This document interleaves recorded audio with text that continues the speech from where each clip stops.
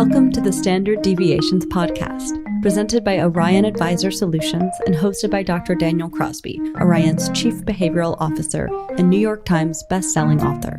Each week, Dr. Crosby interviews a fascinating new guest on a range of compelling topics, from literature to psychology to financial wellness. To learn more about Dr. Crosby's behavioral finance work at Orion, visit www.orion.com.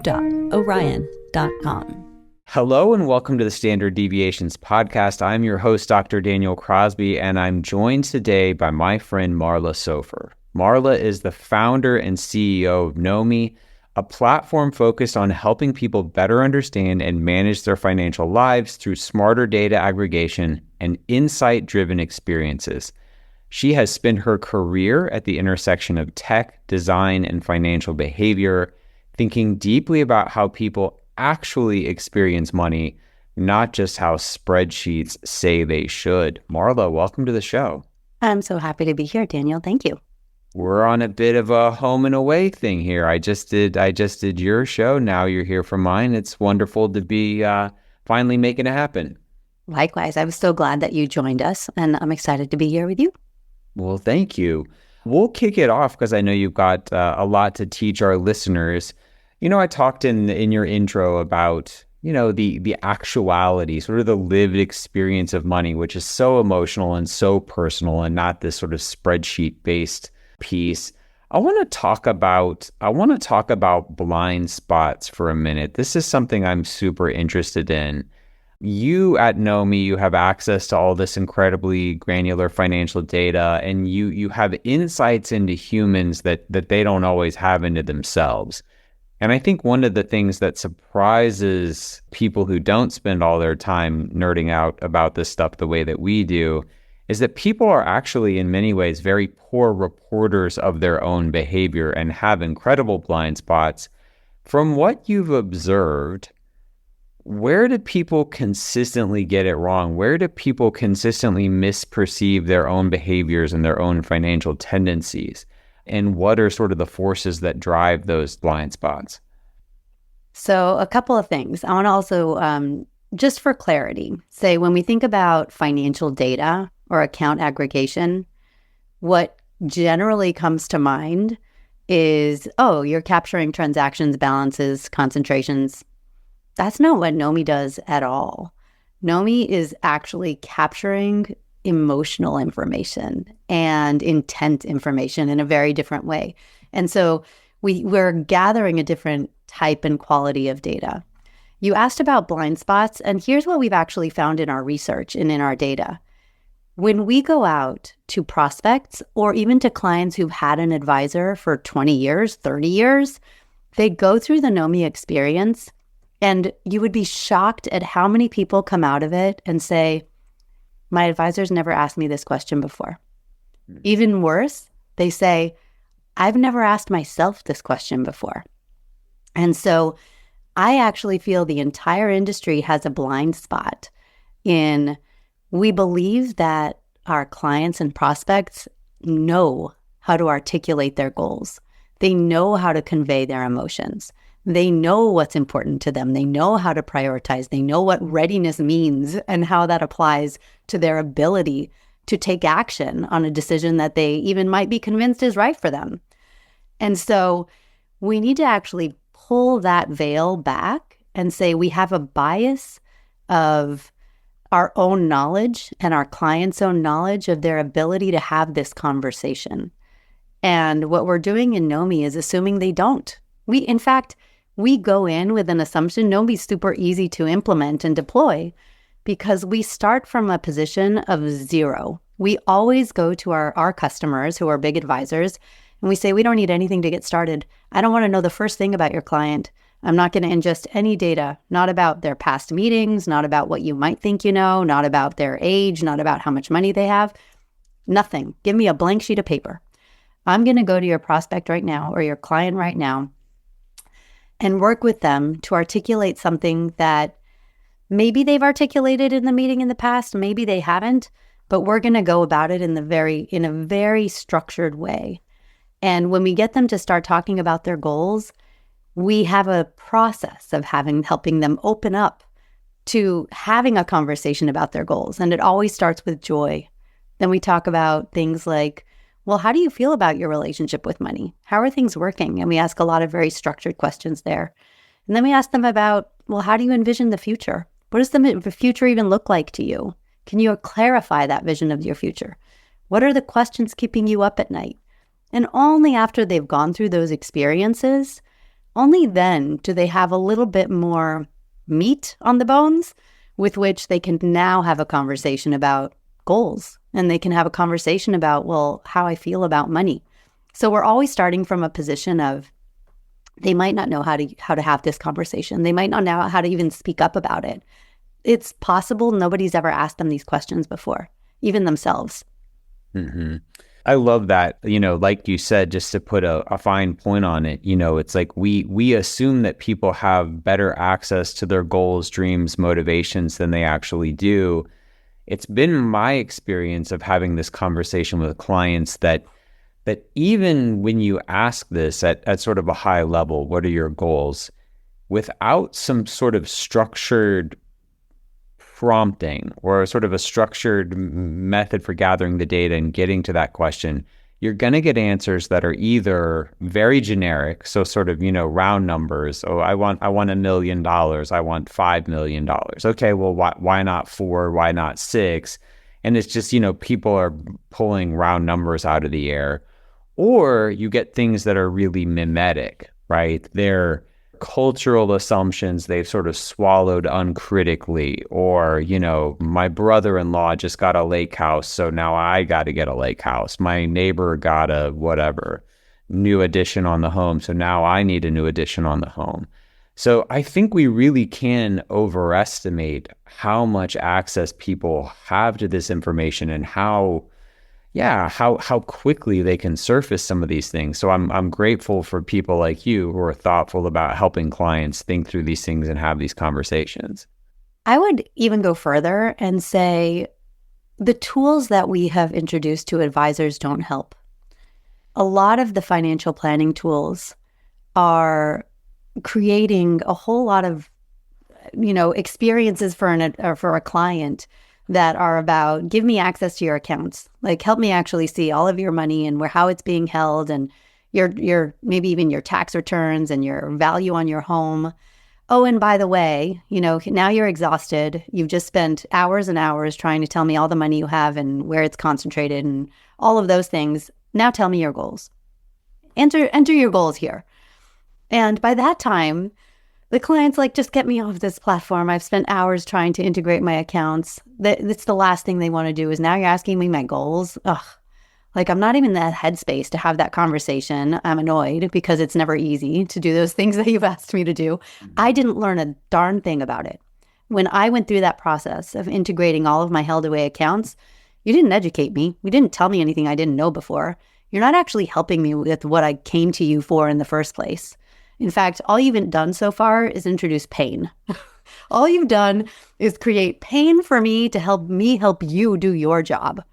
And what I think we're introducing is something that gives, especially a prospect at the top of the funnel, immediate value. Help me explain for myself, why do I need you in the first place? And the other thing that I really dislike about a lot of the planning tools today, even though Knomee integrates with them, we are good partners with them, we're in conversations with all of them, is that they optimize for two very arbitrary things, which have nothing to do with what we've already learned through a lot of research that you yourself have done as well. They don't actually help people live a better, more fulfilling, more meaningful life. We optimize for the age you can retire without even getting into, well, what does that mean? We just optimize for a number. And 2, the age you die. And so there's really very little in how do I help you make the right financial decisions to help you live a better life in either of those 2 questions. They're really just easy ways to run a Monte Carlo simulation and tell a story. That story is fast becoming outrageously generic. If I want to talk about retirement, I want somebody to actually explain or listen to what my vision is for that. I want them to know that, hey, I want to actually live overseas for long periods at a time. I want to be close to my grandchildren when that time comes, and I want to be able to support their education in a meaningful way. I want to, I'm just speaking for myself, obviously, but I want to get really involved in some of the nonprofits that I'm really passionate about. And when I say that, this is what I mean. I don't want to just give money. I want to actually volunteer, and I want to be involved, and I want to do these things. Whatever it is that is my own definition of retirement, I think our tools today kind of plan for, you turn this age, now you're going to prop your feet up on the couch and you're not going to do anything. Now let's look at what that Monte Carlo simulation looks like. Nobody has that vision. Nobody's like, when I hit a certain age, I'm going to stop going to my salaried job. I'm going to sit on my couch, watch TV, reduce my spend, and do nothing for the next 20 years. I have yet to meet an individual who has that goal. And so a lot of the beauty in helping somebody articulate what does that future look like is now I can actually give you real meaningful value that helps you achieve those real milestones that improve your life, that create meaning and fulfillment in all the ways that you actually articulated. It's a good exercise for the advisors listening to this podcast. The medium is very much the message. And when the medium of our discovery privileges things like discovering held away assets and gives sort of tertiary significance to things like the meaning of life or your client's happiness, I mean, you're really telegraphing to your clients what you care about. And I think most people are doing this inadvertently in sort of an unexamined way, but nonetheless, you are showing your clients what matters to you and what matters to them. And then we can't expect them to turn around and be thoughtful and long-term and human first and all these things that we want for them when our own process has been sort of robbed of that. So, another thing that I think surprises a lot of people is just how little coherence there is between people knowing what to do and people doing the right thing. In the literature, we call this the knowing-doing gap.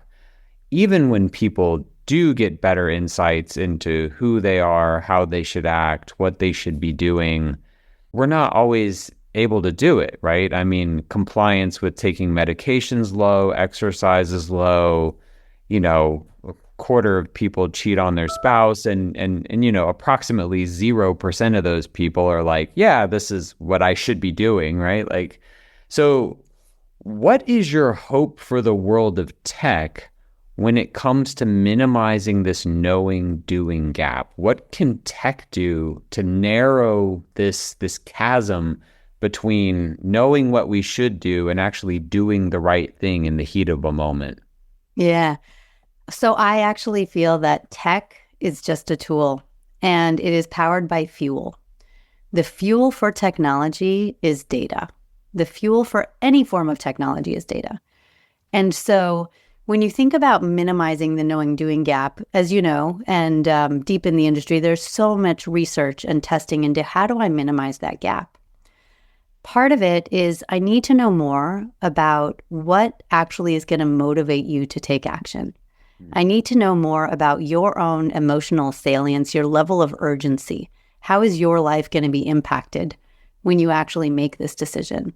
I need to know more about your receptivity and your own personal blinders and emotional, call it baggage, that might hold you from taking action on this particular thing. I need to know whether you have clarity in what's going to happen if you do achieve this thing. And so there are reams and reams of behavioral science research on how do I close the knowing-doing gap. Mm-hmm. And it's all rooted in you need to know more about that person in order to close the gap. So Dr. Megan Lertz, who is our chief behavioral officer over at Knomee, very early on when I met her, she shared this anecdote and it really stayed with me. And she was talking about an advisor who couldn't get one of their clients to activate on, a big chunk of cash that they had sitting on the sides. But this advisor had gotten to know that client over a long time and recognized that, hey, this client really is motivated by being a model for her children, number one. Mm-hmm. This client is really motivated by wanting her children to become investors and wanting to see her children make the right decisions for their own futures. And so the advisor finally realized, hey, we've been talking about this thing. You are pushing your children to make better decisions, to invest in their 401ks, to actually, create a nest egg for their future. Wouldn't it be really powerful if you actually took your own cash and became a model for what you want your children to achieve?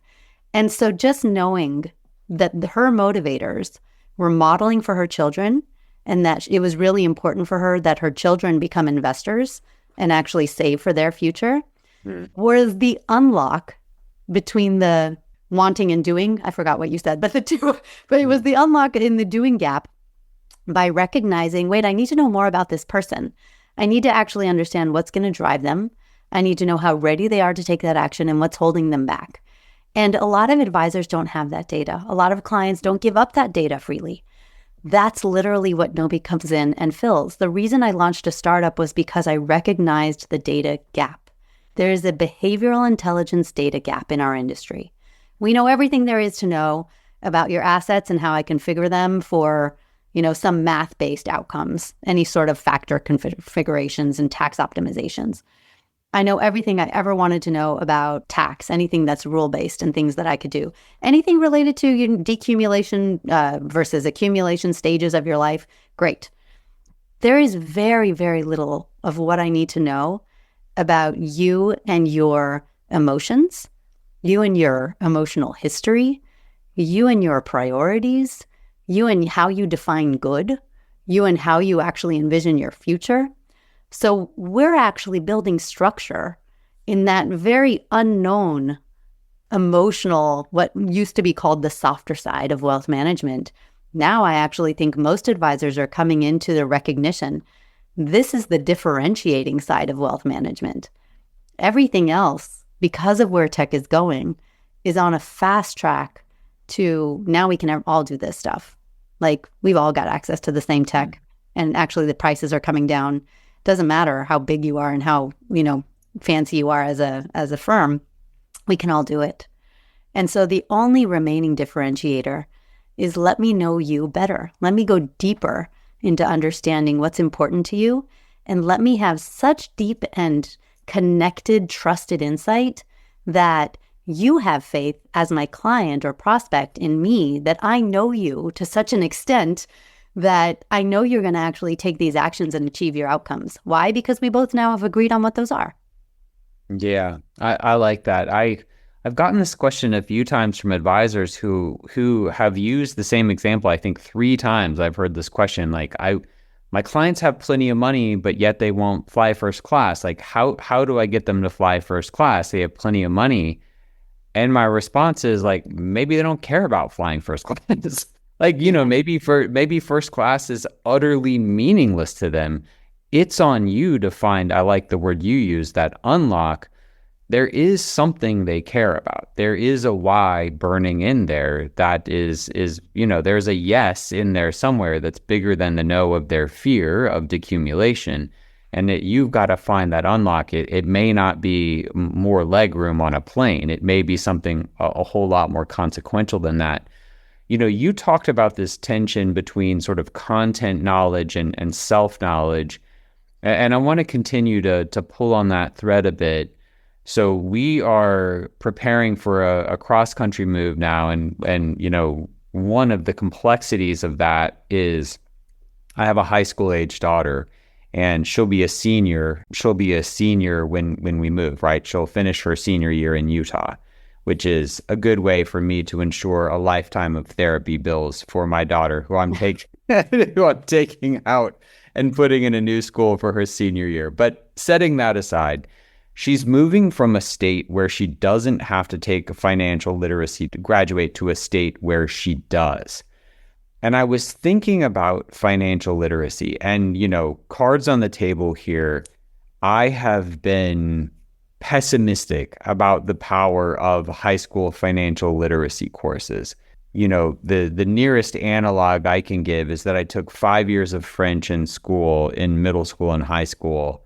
And if I go to, when I go to Paris, I'm useless, because we know that if you're not applying information within days of learning it, it's not going to stick. My question is, what does the world need more of? You're in charge of designing high school curricula. You're in charge of, you're queen of the world. Do people need more financial literacy, or do they need more self-literacy? Do they need more self-awareness, or what's sort of the right mix or the right interplay of the two? It's a really great question. And I think that there's an ages and stages component to the answer. So I personally, having worked with like the best of the best, CFAs who are running hundreds of billions of dollar portfolios at BlackRock, who were my peers. And these people are literally like managing the best portfolios on the planet and didn't do their own personal finances. They would leave it to like their husbands in many cases, who had nothing to do with financial services. And you got to scratch your head and say, what the heck? Like, how did that happen? If you were just looking at financial literacy as a binary, you've got it or you don't, then you would think these people are the most financially literate people on the planet. How come they're not managing their own personal finance? And there's so much more that is baked into that answer.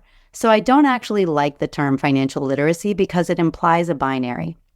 And financial services is a very broad industry. It's like health. And so you can't ever really be health literate because there's a lot of different components and pieces of health, and there's ages and stages. So when you're in high school, you need to learn a little bit more about maybe diet and sexual health, and you've got to exercise. And as you get older, you need to learn more about heart health, and you need to learn more about, parenting health, all those different things that come to fruition at ages and stages. For financial literacy, it's not that dissimilar. I don't need to know anything about a mortgage until I'm ready to buy a house. I really just don't. I don't need to know anything about home insurance until I need to buy a house. I really probably need to learn a little bit about credit card debt in high school. Why? Because as soon as I get to college, I'm going to be bombarded with credit card offers.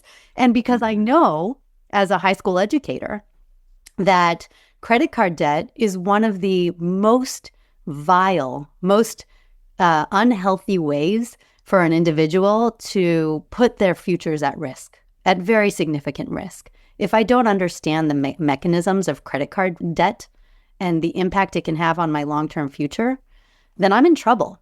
And so there are ages and stages of making sure that you have enough of a framework of understanding what's important for me at this stage so that I can make the next decisions right in front of me. Just like probably a good time to go on Duolingo and learn French is right before you're about to go to France, and not, whatever it is, 10 years before. So I do feel that when you think about education and you think about this need to understand, yes, there are basics. If I want to take care of my health, I need to understand the dynamics of calorie intake and calorie burn. Very basic. Same thing of if I need to take care of my budget, I need to know the basics of saving and spending. Very similar. There's just all of these great analogies you can take.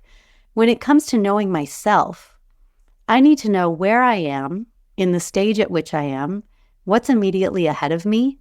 And as I get older, and it's not just a matter of survival, and do I have enough money to support myself such that I'm not spending more than I'm earning. I'm not going into significant debt. When it comes to the point where I'm working with a wealth manager, my relationship with money changes because I need to actually define, what do I want that money to help me achieve in life? What is the impact? What is my own personal manifestation of purpose and impact that my money activates for me so that this becomes the most fulfilling life I can possibly live? And I have also similar experiences working with family offices and high net worth advisors who say, I can't get this person to do anything. They're so stuck in the mindset of accumulation and I want to see the number. And they could be in their 80s and they kind of haven't hit that point yet of, I might not have the time to see the activation of my capital in a way that's personally meaningful and relevant to me. I might not even have the opportunity to see how it helped my family, my next generations down the line, how it helped the purposes I care about, the nonprofits I care about, maybe even myself to stop working so much and do the things that bring me joy. And so I do think that the job of a good wealth manager is recognizing those ages and stages and really being able to stop over-optimizing for the educational component that's generic and go deeper into what would this look like if you were going to actually use this money for your purpose. And there's a conflict of interest there because a lot of advisors are paid on AUM and they don't necessarily want to see those AUMs go down. But the best wealth managers I know recognize the power of getting their clients to use the money, live better lives, and they grow huge businesses as a result. Yeah, I'm very bullish on just-in-time education. Like you said, you don't need to learn about a mortgage until 10 minutes before you're, maybe not 10 minutes, maybe 10 days. But, you don't need to learn about mortgages when you're 16 years old. You need to learn about it when you're 26 and you're buying your first home. I really think that tech is going to enable this sort of super targeted, pinpointed education that I think is going to show us, it's going to minimize this knowing doing gap. It's going to hit these ages and stages in an ultra precise way and really help folks. I think over the last 2.5 years, I've been on a health journey, and it's not quite fair to say I haven't learned anything new about diet or exercise, because I have. A little bit, though, very little.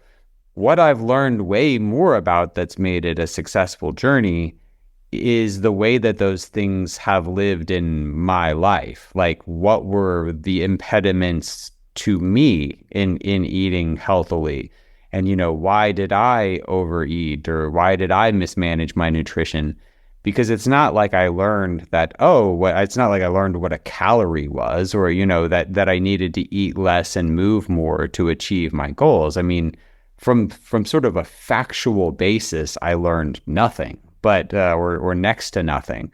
But what I learned that was profound is how these sort of the physics, the blocking and tackling of diet and exercise played out in the person and the psyche of Daniel Crosby. That's quite complicated.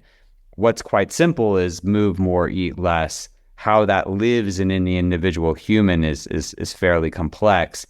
And I think there's some good analogs there with money, right? I mean, the blocking and tackling of money is fairly easy when it comes right down to it. How that lives in the people we serve is fascinating and endlessly complex. So it wouldn't be 2026 if I let you out of here without asking you about AI. So I'm not gonna shirk my responsibility here as a podcast host in the year 2026. I was gonna ask you about 10 years, but things are moving so fast that I feel like I almost have to ask you about 6 months or 1 year or 3 years. In the medium term, how do you see the role of a financial advisor changing with respect to AI? What's the place of behavior and behavioral coaching in this brave new world of AI? And I want to come back and relate that answer to the knowing doing gap. Mm-hmm. And so there are two really critical components to your answer. And when you think about AI and what AI means to the future of wealth, one of the most important things to remember about AI is that it's entirely reliant on the data that feeds the AI. And right now I'm seeing a whole bunch of advisors invest in AI, especially at the top of the funnel for prospecting. Mm-hmm. And I worry that they are sacrificing trust and they're sacrificing the reputation of the industry because they're all scraping pretty low quality public data and trying to do the exact same thing. And it's like we've forgotten what we're really all about. This industry is about building trust. It's about asking someone to hand over their life savings and trust you as their fiduciary to manage it.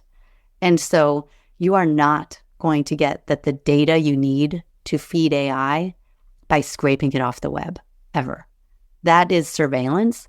It's creepy. It's wrong. It's inaccurate. It is, I think, putting our industry at risk, not just you and your practice at risk. The right way to fuel the AI of the future is to actually gather better data. And when I say better data, Knomee's entire thesis, what we do is we focus on what's called zero-party data. It's not first-party data. I was there with you in the meeting and I took down the notes. It is literally from the horse's mouth data. No filter, no bias. I am pulling from you what you need from an advisor, and I am fueling that into the second part of your answer of the question, which is, what else is AI going to do? Make it actionable. So how do I pull in the better, higher quality data? And I give you, whether you're an advisor or even a client, something that is immediately relevant and actionable that I can do something with. And so what we've done is we've actually, Knomee's hypothesis is we are a data platform. We discover and reveal behavioral intelligence data, zero-party data. We then feed it into our AI, and our AI spits out very action-oriented next steps to do with that data.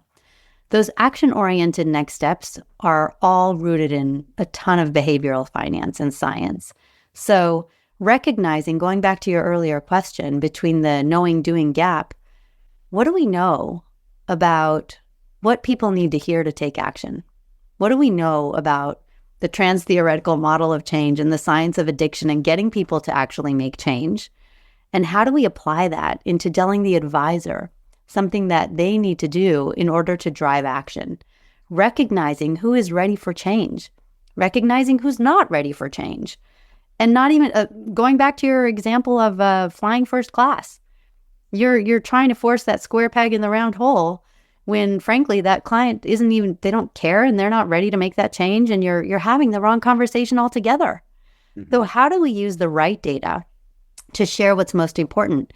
And so where we're starting in that actionability is we're actually pulling from that zero-party data with prospects, and we're using behavioral science to pull out, what is this prospect's intent? How clear is their vision of the future? How receptive are they to taking advice? And what is their emotional salience? How are they feeling about the impact on their own lives? What is the urgency level for them? And then we come up with a score. We call it the Knomee quotient score. And that score is incredibly telling to an advisor. So an advisor can understand who is ready for action. What do I need to say? How clear is their vision of the future? Which of my prospects might I need to work with more so they clarify what retirement means to them so I can show up in that next meeting delivering them with more value? Those who have a much clearer vision might be ready to take action right now and fund that account because they actually have that understanding and they're ready. Now I know what I need. Now I just need someone to help me get there. So there's all of these different components that make it actionable. We give the advisors different strategies, conversation starters. We spoon feed them with behavioral science-based insights. And that is the power of AI. That's kind of when we have the right data and it's been guided and trained with the right science.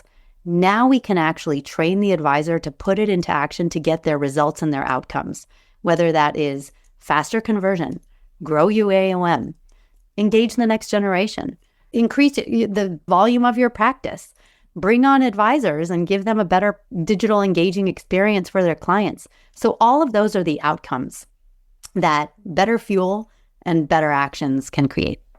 I think about this dead internet theory that I'm already starting to see more of, right? So everyone now uses AI to automate their LinkedIn posts and their tweets and their emails. And so then what's our response to that onslaught of AI slop, generic nonsense posting? Well, then I put an AI filter on my on my mail to make sure that I'm not, getting generic messages. And it reminds me of that top of the funnel marketing. If everyone's out there scraping the web for people who make over $250,000 a year, or people who recently sold a business, and every advisor in America is spamming those people with the same messages, there's no edge, right? And it soon becomes this arms race. AI does more to try and reach people, and then people do more to try not to be reached by AI. And it's this sort of arms race that just deadens the whole process. I think the response has to be to get more human and not to try and engage in this arms race. I want to keep with the creep factor, which you brought up. I go back and forth on this because as someone who's running a behaviorally informed tech business, tech is good and is going to get better at doing things like pre-crime, Minority Report sort of things where we anticipate someone who's going to make a mistake before they make it. And in some ways, I think that's neat and empowering, and we're positioned to help our clients. And then I think in other ways, some of this feels like overreach. How do you think about, the creep factor in your own business and trying to inform and see clients for who they are without overreaching? At the end of the day, in every business and every service on the planet, perception is reality. That's it. What your client believes in the value they're getting from you as an advisor is truth. That's it. And so I think when you think about creep factor and AI and what the future is going to look like and how you can actually engage your clients, the bottom line is a lot of advisors don't know. They don't know how their clients feel. They don't know their clients' perceptions. And as you know, in a lot of research, they're way overconfident. Like advisors are way, way more confident in their belief of their clients' confidence and in them and in their portfolios than they actually are. And what our whole hypothesis is, get it from them themselves, get it more frequently, and get it informed by the types and elements of the data that are most meaningful to you to take action. And so I do think that when it comes to the creep factor and it comes to client perception, it all is going to come down to how much value do they think they're getting out of you? How much value, not do you think you're giving? Nobody cares. When you're in a business, everything depends on what are they getting out of you and what are you helping them achieve? What are you helping them do in their lives, in their own context? If you're like, hey, our performance was off the tracks this year. You made 20% on your portfolio. I made all the right bets. And your client's like miserable and, didn't have any time to spend with their family. They didn't take any extra vacations. They really wanted that, extra leg room in first class and they didn't buy it. But you've got 20% more performance. You didn't win. You didn't actually do the job. The performance is not the measure. Are you helping the client in the way the client is receiving value? You don't know what the client means by receiving value? Whoa, that's a problem. You need to actually get clarity. What is the client actually looking for? I think if advisors took a massive industry step back, they would realize clients aren't even looking for performance. They're not looking to beat the benchmarks. We put so much time and energy into it. They don't even care.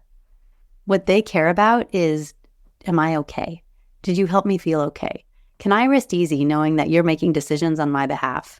Knowing that every decision you make is rooted in what I want to live my life doing. And if you don't know how I want to live my life and what I want to do with my life, then you're off. And I agree with you that we're in this inflection point right now where wealth managers recognize they have to become more holistic life planners. They have to become the navigators of better financial decision making. Ooh, that's a big task for someone who's ever only talked about performance. And so it's a big lift. It's a big change. But that is the point of time in which we're in. You're competing against free for the same outcomes. Yeah. So the last question is a personal question. You are here helping people live richer lives, live more meaningfully, live with greater purpose, be more introspective. You're also doing something that's notoriously hard, right? You're running a small business, you're an entrepreneur, all that comes along with that, all the stress and burnout. What lessons have you learned on keeping yourself up on a hard day? What has introspection brought you, and how do you stay up in your own life when things get hard? Yeah. So I don't remember if I shared this with you on our podcast. I don't think so. But for me, the decision to launch a company was very hard. It was years in the making. I had already kind of had a great career. I knew what I was worth in the market. I'd worked at the best companies on the planet. I've worked at JP Morgan, BlackRock, and Microsoft. It's very hard to find. I'm very proud of the companies at which I'd worked and the accomplishments that I've had. And there was a point, call it maybe, it's now been 3.5 years since I launched Knomee, maybe 5, 6, 7 years ago, where I had been talking about it. And I remember my daughter saying something like, "When are you going to do it?" And that really hit hard. It was like, oh, she's watching me. And I know in myself that I'm not doing the thing. I'm not doing that one thing that 75-year-old me will look back on and say, "You gave it a go." And that was creating incredible dissonance for me. It was very hard for me to continue doing my day-to-day career, recognizing that I wasn't doing that thing and taking the risk on me. And I knew that I would regret it. I knew it was going to be something that I would look back on. And so I said, there's really only one choice ahead of me. There's only one thing I can possibly do right now. And that is pour everything into myself, into what I believe in, that I believe in for the industry. I believe in it for the future of financial agency. I believe in it for, there's a big mission and a big vision behind Knomee that keeps me going. And it is that gets me through the hard. It is very hard. I'm asking an industry to change the nucleus of how we have been distributed and delivered from time immemorial. We are a product-centric industry. And I'm basically saying, you got it wrong, guys. We should be a client-centric industry. Let's change everything. And that is not easy. It is day in and day out, having conversations with people who say, well, that's not how we do it. That's not how it's always been. And my response is, that's true. This is innovation. We are transforming something really big. It's really hard. We're changing the way you think about something, but it keeps me going every day. I've been at this at a pace where I've never worked in any prior career at any stage of my life. I work longer hours and more insanely than probably all of my jobs put together times 20. I've sacrificed a heck of a lot, and I feel happier than I've ever felt. I feel more conviction and more alignment and more integrity than I've ever felt. I'm doing something I believe in for someone I believe in, finally, so it's getting there. Yeah. Well, if there's one thing kids are good at, it's calling us on our own self-deceptive BS, right? Not that that's too harsh, but they calling us on our own inconsistency. I think kids are undefeated when it comes to that. Well, we are glad you are out there in the arena doing big things, keeping that why at the front and center, and changing an industry that needs changing. If people want to listen to your podcast, if they want to learn more about Knomee, where can we find you? Knomee.com. I'll just call something out. People like to throw in a W. There's no W. It's KNOMEE.com. And our podcast is the Knowing Me, Knowing You podcast. As Daniel said when he joined us, he only goes on podcasts named after ABBA songs. It's super easy to remember. So Knowing Me, Knowing You, it's what we're all about. It's about knowing your clients. Catch me on the podcast or at marla@knomee.com. Thank you so much. Thanks for joining me today. Great to talk with you. Likewise. I appreciate it. Thanks for tuning in to Standard Deviations. If you can't wait till next week for more behavioral finance insights, visit www.orion.com. All opinions expressed by Dr. Daniel Crosby and podcast guests are solely their own opinions and do not reflect the opinion of or endorsement by Orion and its affiliates, subsidiaries, and employees. This podcast is for informational purposes only and should not be relied upon as a basis for legal, tax, and investment decisions. The opinions are based upon information the participants consider reliable.